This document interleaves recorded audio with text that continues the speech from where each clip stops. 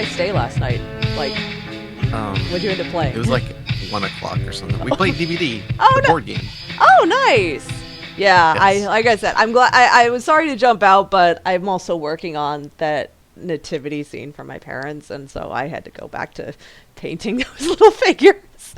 It's not a problem. I have another 16 to make. Why have I done this to myself?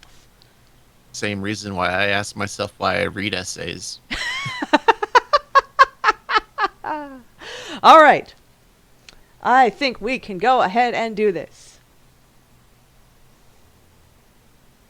All right. Good job. I'm just going to sit over here and be stupid. Leave it in. Leave it in.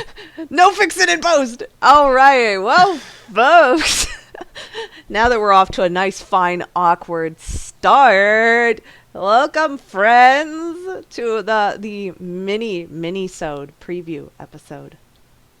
Of the Confabulators. We are the Confabulators. Yep. I'm Dave. I'm Liz.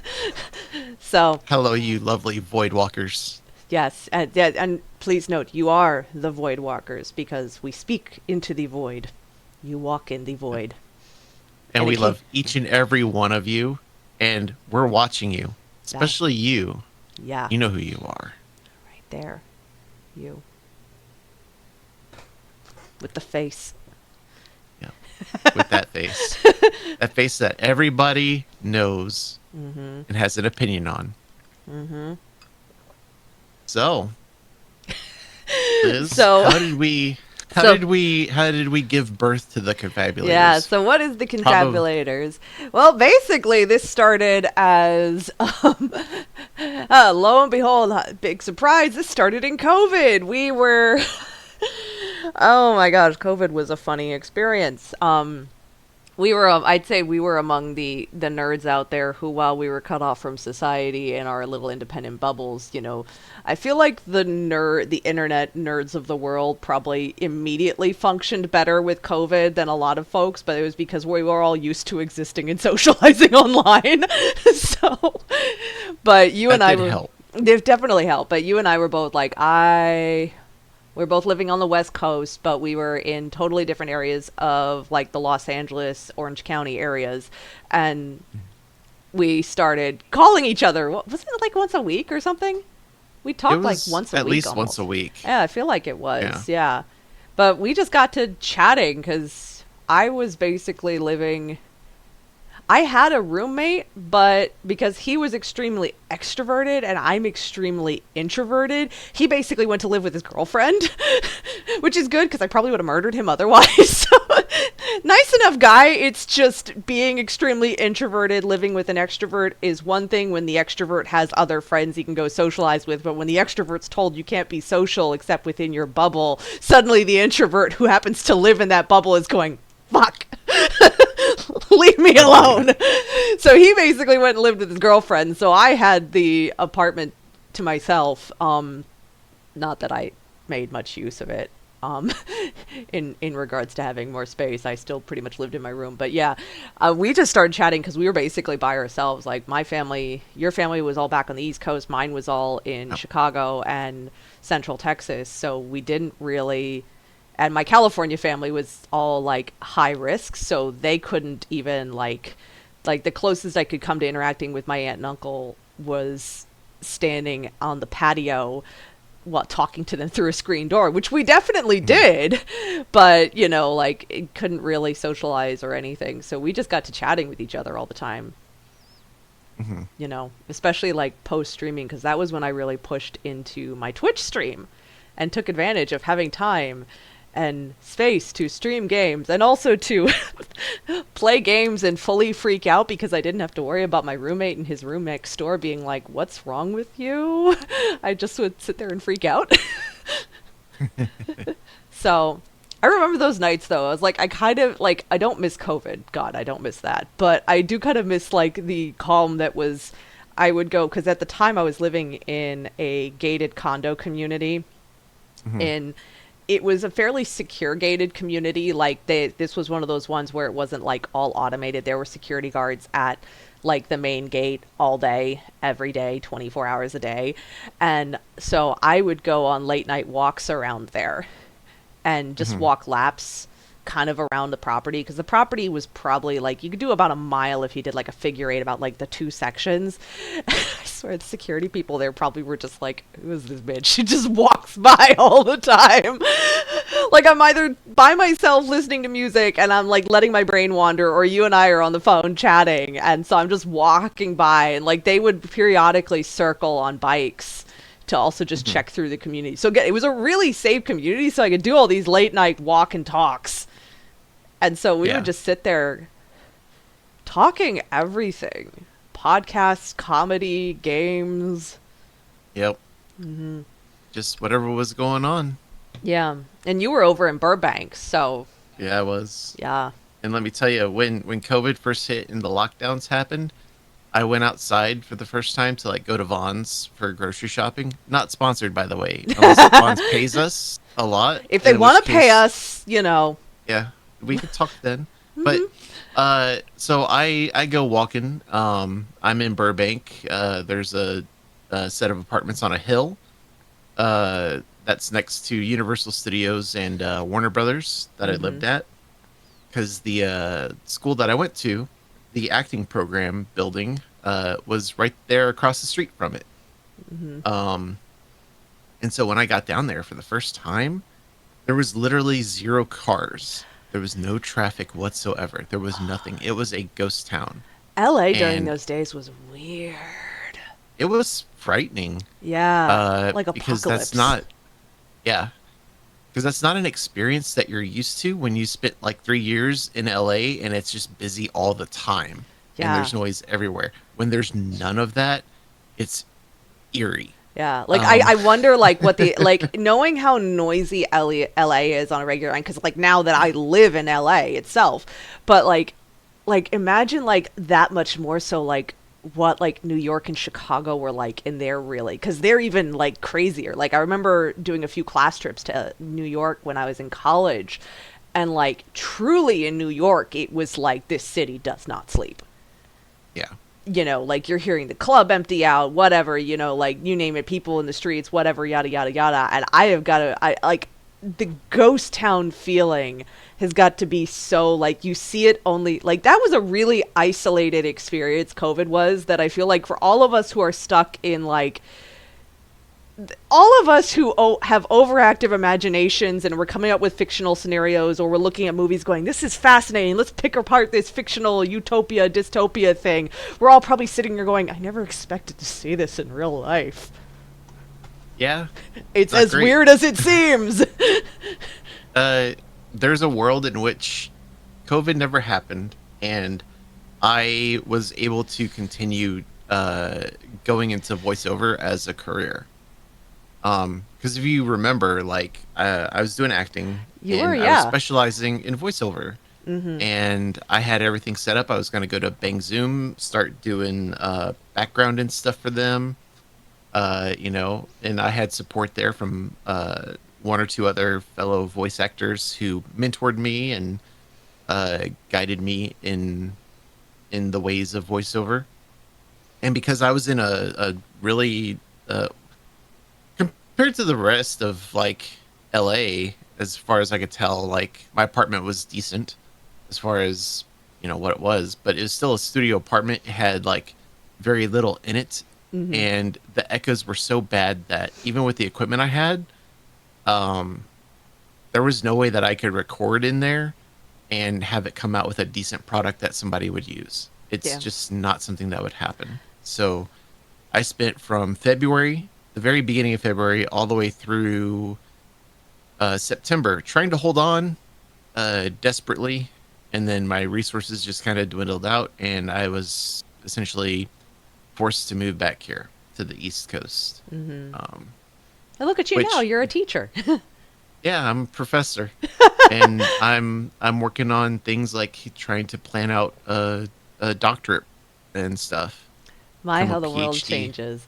Yeah, Yeah. yeah. And I was at the time, I was working in pet care for a company in the Los Angeles, California. Well, California company at the time. They're not just California anymore. But, you know, we were sort of immediately, well, I probably wouldn't have been furloughed so much right away, except that at the very beginning of COVID, the company rolled out, like, to all the managers, basically said, if anybody shows any kind of symptoms of upper respiratory, because you remember, like, the early days of COVID, nobody knew, because there was no testing available at all. So in the early days, it was like, oh, if you have symptoms of anything upper respiratory or you even feel sick, automatically the company was like, give the associate 2 weeks off. And it was right at the beginning, I started to feel unwell. Like, and I'm one of those kids that was always cursed with I always got, like, I didn't get stomach bugs. Like, I stopped, like, I went a span of like 20 plus years where I never had a vomit. I didn't vomit.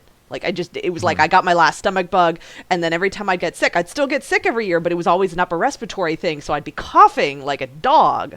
But, like, the first time I threw up in, like, 20 some odd years wasn't until, like, college years, and it was me and friends being stupid mixing Mountain Dew and Pixie Sticks together, and I overdid my stomach. My stomach just went, fuck this shit. I don't blame it. It was a very strange, hilarious experience. No alcohol or drugs were involved, just a bunch of dumb college kids with caffeine, espresso brownies, and sugar. Lots of Sounds sugar. like some West Virginia shit. It was hilarious. But, I was vomiting so much that night, though. But that aside, but, like, so I always would just get upper respiratory infections. And so, like, of course, I start to feel sick, and it's like, well, fuck. I know what this means.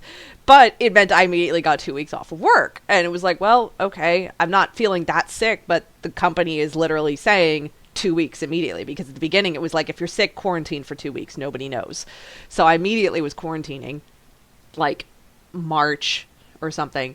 And then after 2 weeks, like, the doctors had said on the phone, like, hey, if you're still symptomatic, you know, still continue to quarantine, whatever. And I was still symptomatic. It turned out I had some kind of, like, the doctor figured I had a bacterial infection, which is why I couldn't shake it, because they didn't prescribe anything until, like, 2 weeks in. But it was really funny because, like, by that point, though, like, they'd gotten so used to functioning and they were cutting labor anyways that I just kind of ended up staying furloughed.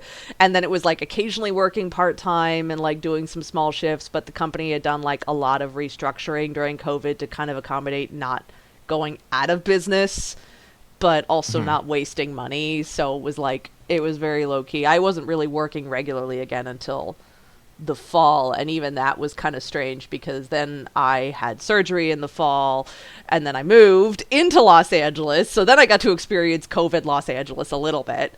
I remember getting my COVID vaccine. The only place they could send me to was the Walgreens in, like, Hollywood, like, right off Hollywood Boulevard. Like, if anybody knows where that is, it's off the Walk of Fame and everything.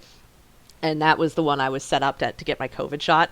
And I remember when I first went, being like, this is going to be the only time I can experience the Hollywood Walk of Fame, but not deal with fucking tourists everywhere. Like, it was a ghost town. It was so weird. But so I took advantage of that time, and that's when I went and walked around and walked all, like, looked at the stars, because I was like, I don't do crowds, I don't do tourists, this is a highly touristy thing, but there are no tourists here! So, although there was a huge-ass line of people, because I guess there was some Funko Pop release happening, and that store had a line that was literally, like, down the street for, like, some release. It was, like, the weirdest thing. I'm like, what? This is really weird, but yeah, you will never see Hollywood that quiet again. Never. And I'm well, glad, actually, never because say never, because certain people and changes coming, I don't trust it. You know, okay, no, I won't be a doomsayer. Yeah. Let's not. No, but yeah, but that was kind of, that was all of our weird COVID experience. Basically, birthed the Confabulators. Yep. What were some of our early, like, our toyed with names that we tried?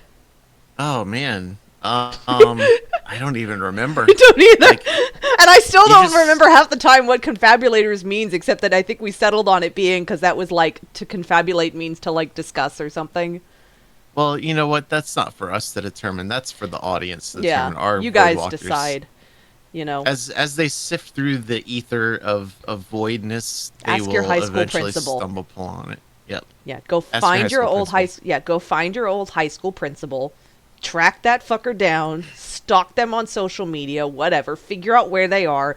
Go find them in their retirement, and then ask them what confabulate means. Dig up their body if you have to. Find their ashes and steal them Seance. from their grandchild. Find a Bring out the necromancer. as bring out the Necronomicon.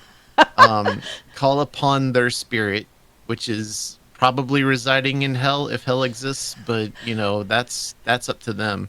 Yep. Uh, really. All I could think of is that one little thing of like, "Hi, I'm Bob the Necromancer, and we're doing an unboxing today."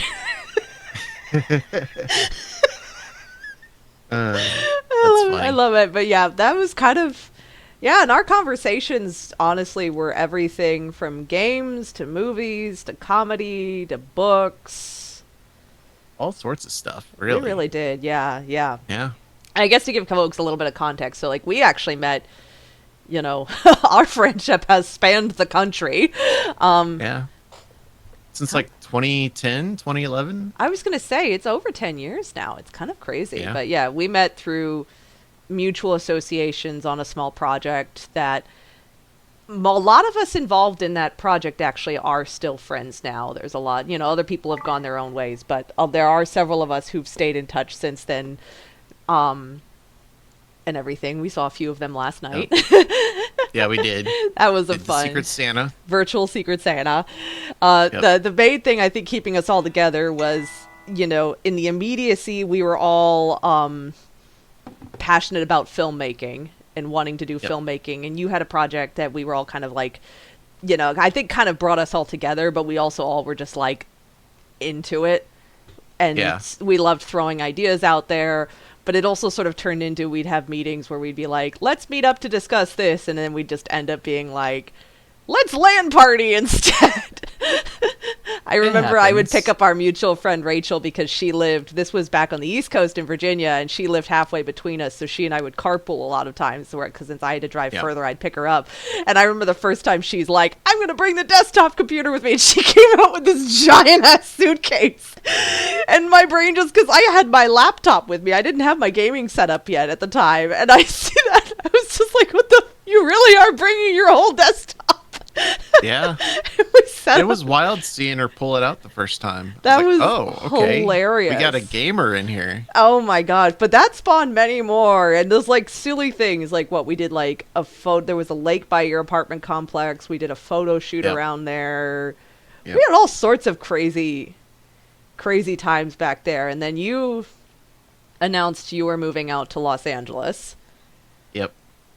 Which, Yep. by the way, I still remember that send off we all gave you very fondly, of us just sitting on the James River.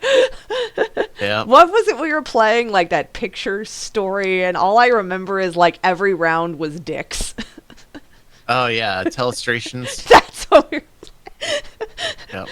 But yeah, we sent you all off, and that you moving to LA kind of inspired me to get out of DC because I'd lived there my entire life and was kind of feeling stagnant. So I moved out to Los Angeles, even though it was totally going a different direction. And yeah, Yep. it's just kind of everything has been history from there. Yeah, it's been good. Very you know, good. So yeah, Still working on projects. Still wanting to do stuff with that story. Which you know, you and I will be talking about that a little bit further. So and then we've also for all talked on you- other projects over the years. So Yep. some you've had, All- some I've had. Yeah.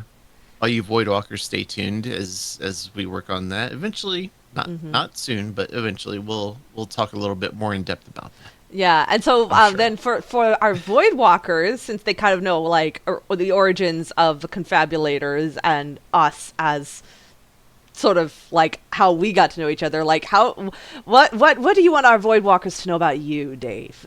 Like what is know your about me. background? It helps inspire the insanity that is the confabulation. Well, geez. As far as like storytelling is concerned, I've always been kind of into stories. When I was a little kid, my parents would take me to the cinema and I would actually sit and watch. I would actually be engaged with the movie that's on screen. I wouldn't be one of those kids that runs around screaming and throwing a fit and wanting to do whatever else, and annoy the audience. No, I would watch. In fact, the first movie that I remember seeing in theaters was RoboCop. Um, Oh, damn. that was like in 1987. Oh my Um, gosh. so Well, now so you're just my making me parents, feel like super young too. yeah. So my parents brought me to stuff like that. And you know what? I loved it. It was great.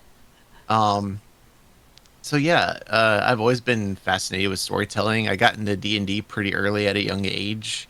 I was playing Advanced Dungeons and Dragons from TSR back when TSR was still alive.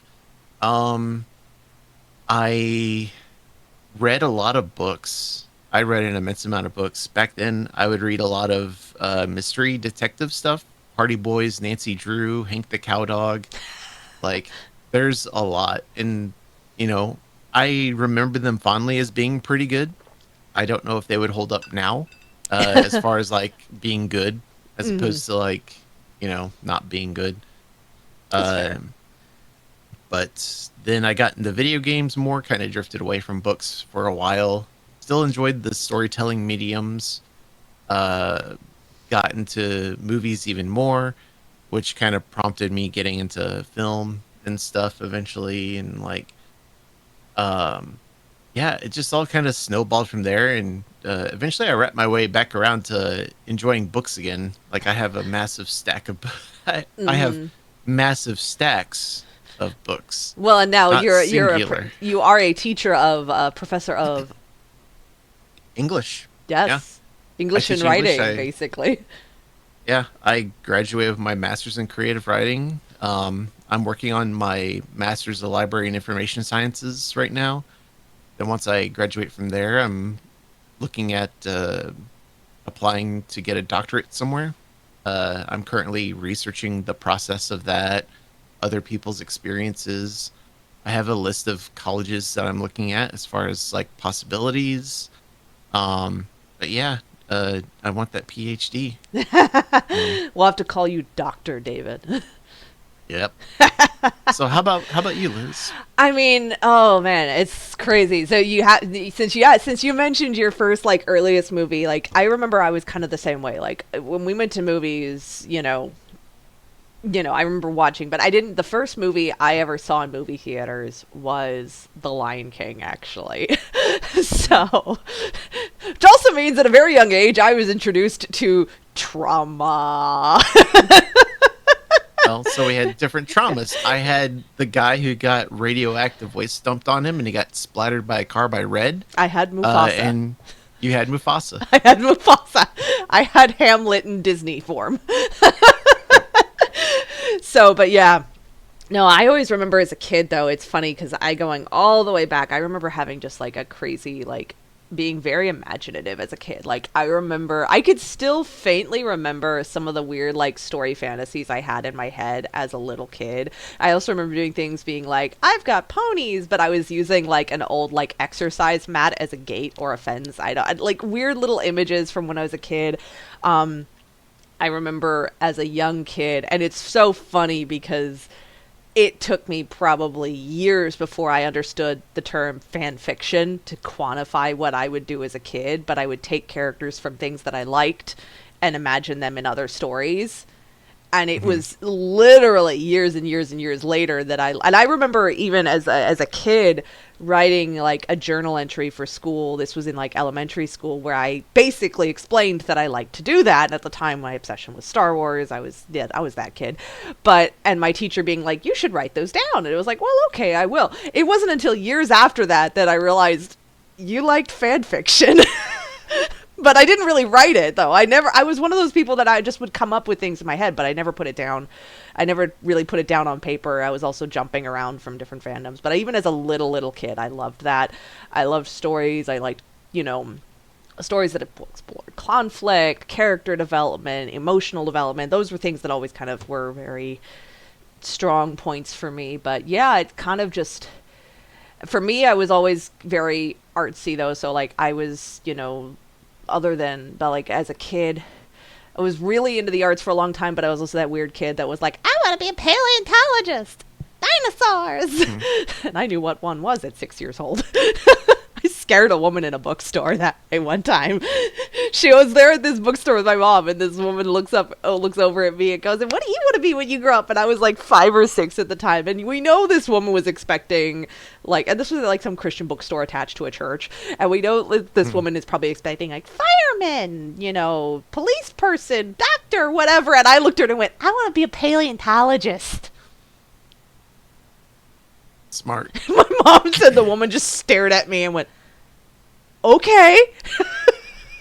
My mom's like, "I'm not sure she knew what that was." I'm like, "I knew."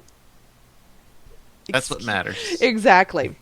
I knew, but I mean, that is all to say, and it's funny to me because like I wanted to do that, and then I wanted to be an artist, and then I wanted to be a zookeeper, like definitely animals and science. My dad's a biologist, so I kind of grew up around the sciences a lot, but we were also always very into like nerdy storytelling. So like my older brother's 7.5 years older than me, and he was a bit more of a gamer.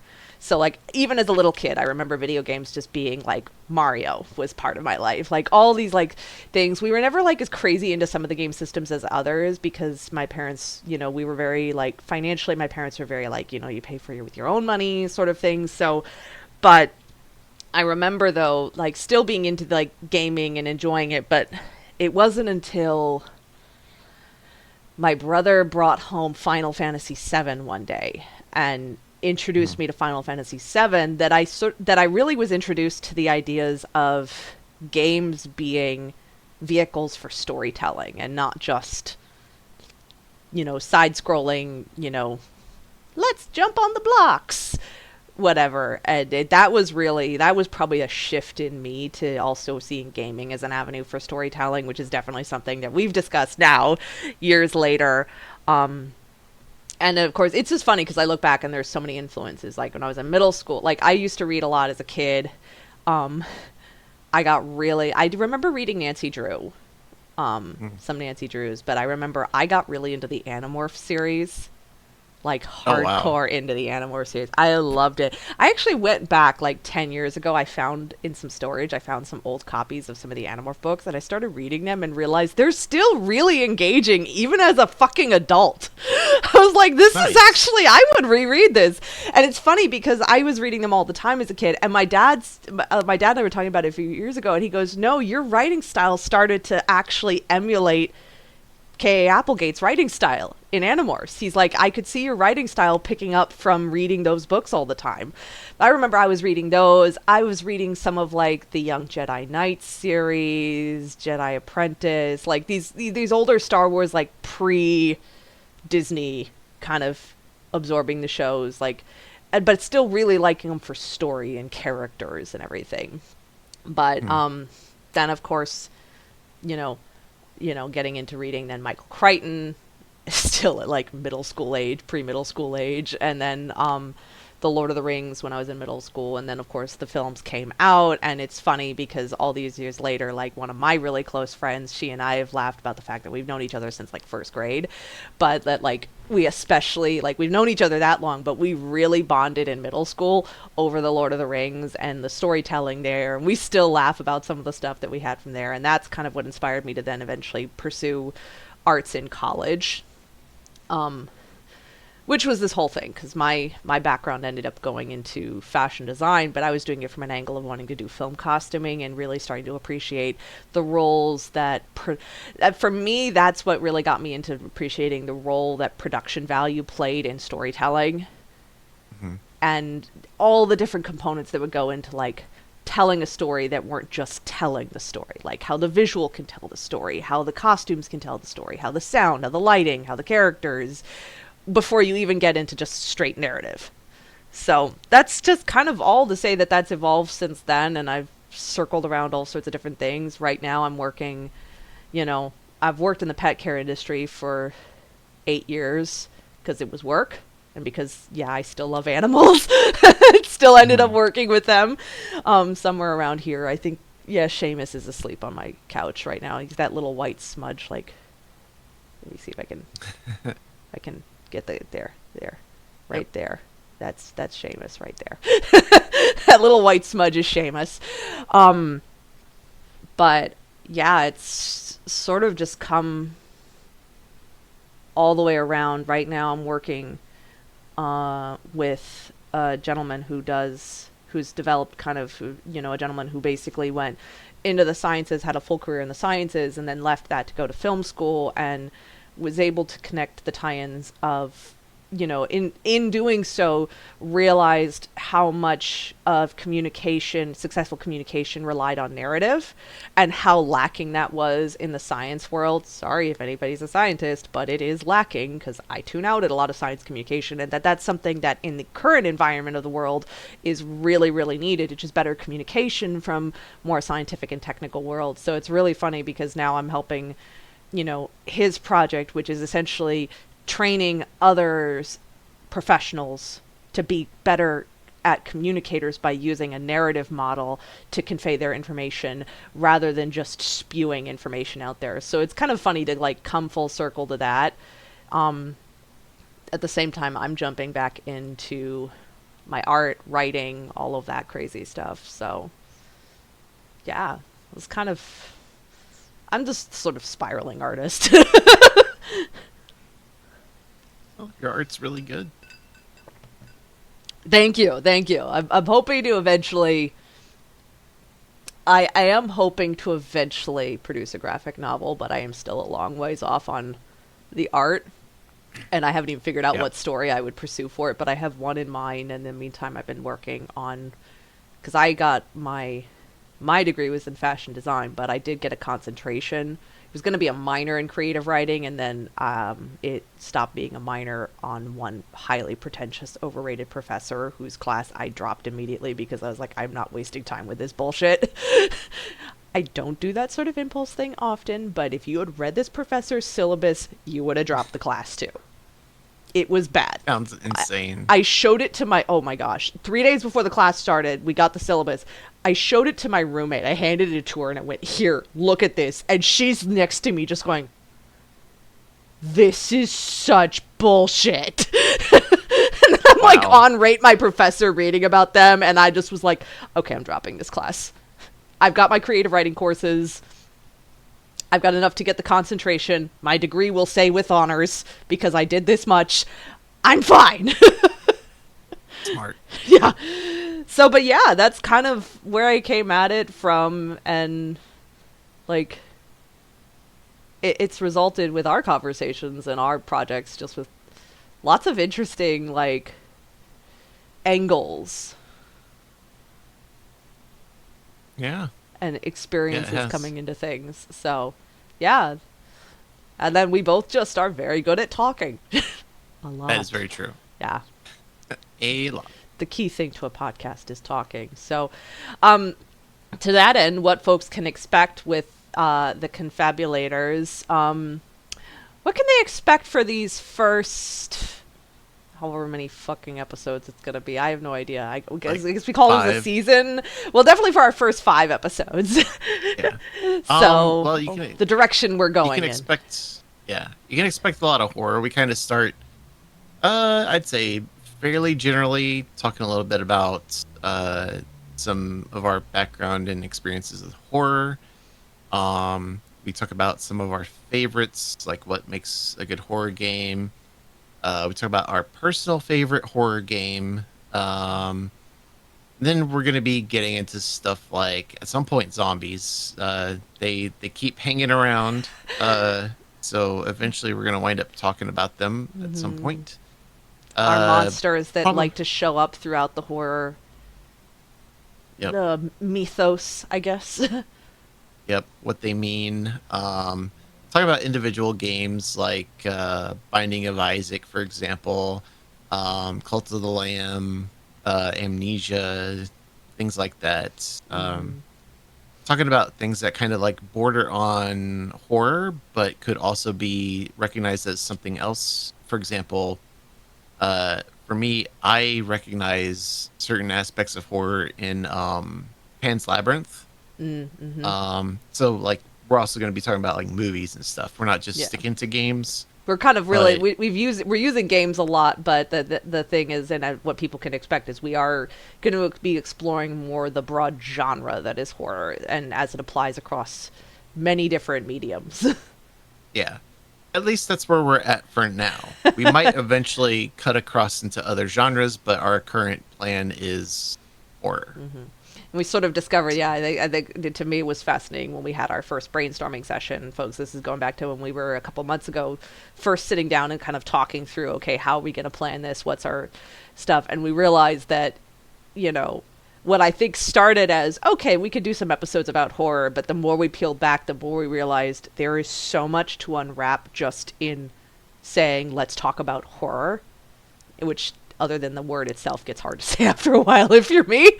But then we realized there's so much more, so many layers to talk about with this, not just games, but film, books, literature, writing, psychology, like, Yeah. you know, different things that go into it that we definitely were like, we could spend a lot of time on this and unwrap it. And I'm sure we can for others. We just haven't sat down and like brainstormed on other genres. We got kind of, because right now I'd say we're both kind of, we've been entrenched in horror more recently. Yeah. Our general wheelhouse for now has been horror. It's been a genre we've both engaged in a lot. Me from the end of not having a lot of experience and so coming to it recently, and you from your experience. And I think it's just something that we both in the last several years have found a lot of comfort in, oddly enough. Yeah. So Oddly, I don't think it's odd. it's oddly There's a not lot odd. of yeah, there's a lot of really good messaging in good horror. There's a lot of really good potential things one can say when it comes to horror. It's all in how the person or people who are crafting the horror story or medium or whatever you want to call it, it's how they craft it. It's how they intend to utilize it. It's how they approach it, you know? And some people, they have their very unique stamps, so to speak, to where you can point to it, to something without knowing like any sort of like indicator, like this is the author, and be able to go, this is the author, right? And some of those are good, some of those are very bad. Like, for example, a lot of people really like Stephen King, think he's really good. A lot of people think Eli Roth is bad because he sucks. But that's a whole discussion in its own right, you know? Yeah. Yeah. So, yeah, I think that horror has a lot that it can give. Yeah. Well, and it's something that we've jumped in on with gaming as well, of what makes an effective, what makes a good horror game. Is it the replay value? Is it the jump scares? You know, what is it that makes a horror game a good horror game? So I think that's something folks can expect. We're going to be exploring a lot more with this. Obviously more with games, including some of the big ones, like, you know, we'll reference some, but like, you know, like, okay, I'm a huge Resident Evil fan, so yes, we're going to be talking about that. We'll be talking about, you know, other horror franchises, the classic movies, the monster movies, shows, books, all of that, you know, and then hopefully whenever we fully exhausted horror, we'll be ready to move on into something else. Yeah. We won't be totally out of ideas, but we're probably going to be on this for like the first season, at least. We got a long road to hoe. We got a. Sorry, you said hoe, and I know you meant hoe as in the verb, and my brain just went hoe, as in a hoe. Yeah. And not the tool. Yep. You know, You're very obviously the dirty one of the pair. Which is funny to me, because when I'm streaming, and the guys, mind you, I stream a lot of horror games, and this one shows up frequently in the chat. And then you guys are sitting there making comments. Well, I'm not the one talking about hoes. So. You know. I knew I met, took care of a dog once whose name was Ho. Mm. She was a How'd funny that dog. go? Oh, Yeah, her name was Ho. that's very, very odd that somebody would name their female dog Ho. Yeah. But she was a good dog. It's funny. It reminds me of this horror movie, which I really love, called Hush. Which the main protagonist is an author who's deaf, and she has a cat named Bitch. I love it. I love it. Yeah. Very funny. And a very, very good movie. Hopefully we'll talk about it someday. Yes. But yeah, so folks, we hope you guys can join us for the ride. This crazy adventure of us just wandering, I guess you could say, like, weeding our way through these topics. So, and hopefully we'll be able to, bring in eventually maybe some more interactive elements or call for audience feedback, of course, so we want to involve you guys too. So, but we hope you guys are all here and can enjoy our own working through some of these topics and conversations, and can get some enlightenment, maybe, or maybe if not enlightenment, can at least get some interest out of our own experiences. Yeah. So, anyways, that being said, we hope to see you Voidwalkers all along for the ride. Yeah. Hopefully you will all enjoy the following episodes. Mm-hmm. Yeah. I was going to say, yep. So anybody who's wanting to join us in, we'll be getting started in just a couple weeks now. So. Yeah. Come around the corner. Yes. All right. And in true, I almost said Voidwalker fashion, except we're not the Voidwalkers, we're the Confabulators. No. You are the Voidwalkers. Yes. In true Confabulator fashion, we will awkwardly sign this off. And just remind you that I am Liz. And I am Dave. And we hope you guys join us. Join us. I can words. It's alright, you got this. For the journey of confabulation that is us, the Confabulators. Excellent. Peace out. The Confabulators is hosted by Liz Strauss and David Bockenkamp. Editor is E.W. Klein. Theme music is Oh Heavens by Cassidy B. Composer and artist, cbrva.card.co.